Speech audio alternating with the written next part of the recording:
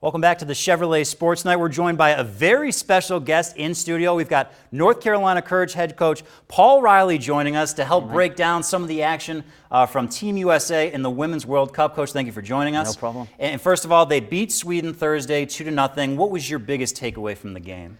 I think they just had a great start to the World Cup. I mean, they're entertaining people. They're attacking with all sides, left, right, centre.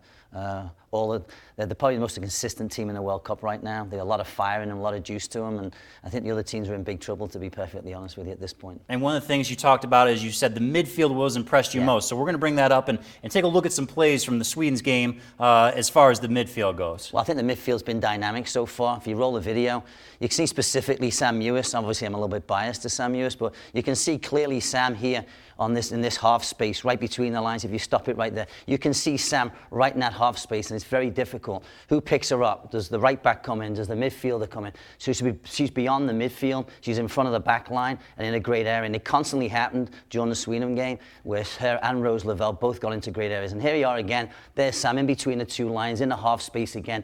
And there she pulls it down and starts attacking the back line. And now all Sweden do is start going backwards. And this is a beautiful reverse ball from Sam. But it all starts because she's in that half space, and that's an impossible half space to pick up. And the US, to be honest with you, the midfield was so good today, it's going to take an awfully good midfield to stop that one. Yeah, you talked about some of the athleticism and that the US has to their advantage. Another thing I want to ask you about is, to me, what struck me was their corner kick ability. The US, when you include Chile and as well as Sweden, they've got 3 goals off of corner kicks. And we want to have you come kind of break down some of the plays that you saw as well here, because they are lethal when it comes to the corners. They are absolutely lethal. I think, again, in the World Cup, you can afford to have a game off if your set pieces are good. And I think you're going to see from the video now that those balls come in, the delivery is really good, and they just bomb the box, 4 or 5 players, and they're aggressive to the ball, they're physical, they're athletic, and it's very difficult for these other teams to cope with this kind of, well, first of all, the delivery is so good. It's hard to cope with that, and if they're going to score goals like this, look at them attack the ball. There's 4 of them attacking the ball. I mean, it's impossible for Chile. And this one's maybe this is a miss kick even from Rapinoe on this one, but it comes so hard and low. You've got 6 players inside the 6-yard box as it comes across. Everybody's going at it. They attack every ball. I mean, there's a lot of bravery in there. And to be honest with you, Iran just gambles. And I feel like the US, they just gamble on corner kicks. And wherever it goes, it ends up. And Sam actually took Juliet's run in that near post, and she caused the trouble where the ball ended up to Iran. Have to give Sammy a mention on that. Yeah, absolutely. Sammy is, of course, one of the stars in the North Carolina Courage. So looking ahead, they're going to get Spain in the knockout round on Monday. What do you see out of Spain, and what makes them a challenge? I mean, if any, the U.S. looks so dominant right now. Yeah, I mean, I think the problem Spain's going to have is they're going to overplay. They're a very technical team. They want to play at the back, and they're going to try and build against this press. And the US press, they're so athletic, and they're so quick, and they're so organized. I think they're going to play right into the hands of the US. And they lack pace up front, so it's hard to stretch the US out. And, we've been talking a lot about the fact that the great thing about the US, they can sit in a low block and bring you on, or they can press the living daylights out of you. And Spain, they're going to press the living daylights out of them. I don't know if Spain's got the ability or the quickness and the speed of play to play out of this press. And I think they're going to cough up a lot of balls, playing backwards, playing square. And I think you'll see a lot of opportunities early in the game. I think the US will get on top early.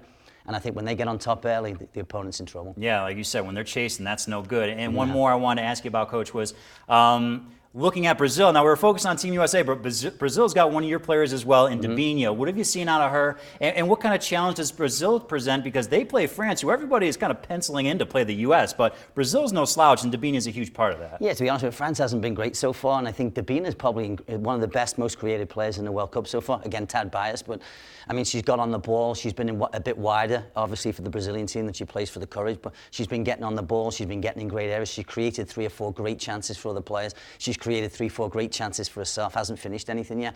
But they're dangerous, France. And I mean, they're dangerous, Brazil. And I think France, taken for granted, they could get picked off. And whoever wins that game obviously plays the US in the quarterfinal. I think the US will get through Spain.